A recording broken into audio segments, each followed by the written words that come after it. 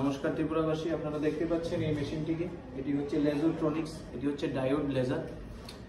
এই লেজার মেশিনটা মূলত প্রোক্টোলজি মানে ফিশার, ফিস্চুলা, পাইলস এই জিনিসগুলোর জন্য ইউজ হয়। এখন এই মেশিনটার বিভিন্ন সেটিংস থাকে এবং সেই সেটিংস অনুসারে আমরা ধরুন কারোর পাইলস হলো, তাহলে পাইলসের 3-4টে স্টেজ থাকে, গ্রেড 1, গ্রেড 2, গ্রেড 3, গ্রেড 4। এই স্টেজগুলোর আমরা এই লেজার দিয়ে অপারেশন করি বা ট্রিটমেন্ট করি।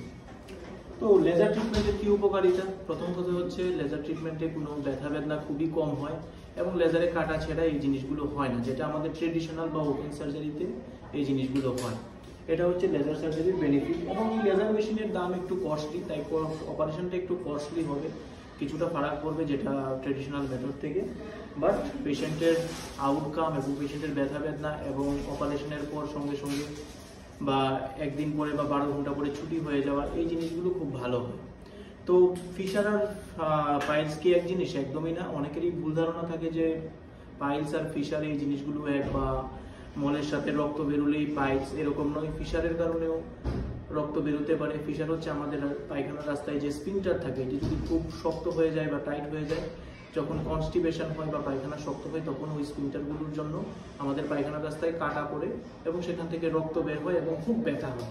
তো ফিশার যদি বারবার হয়, প্রথমে হচ্ছে আমরা ওষুধ দিই, মলম দিই, পেশেন্টের লাইফস্টাইল চেঞ্জ করি, তারপরেও যদি বারবার ফিশার হয়, তাহলে আমরা লেজার ট্রিটমেন্ট বা কনভেনশনাল পদ্ধতিতে ফিশারের অপারেশনের কথা বলি। পাইলসের ক্ষেত্রেও জিনিসটা এরকমই। ফিস্চুলার ক্ষেত্রে জিনিসটা একদমই এরকম নয়। ফিস্চুলা হলে আপনাদেরকে অপারেশনই করাতে হবে, লাইফস্টাইলের মাধ্যমে বা খাওয়া দাওয়ার মাধ্যমে ফিস্চুলা ট্রিটমেন্ট হবে না। ফিস্চুলার জন্য আপনাদের অপারেশন করাতে হবে।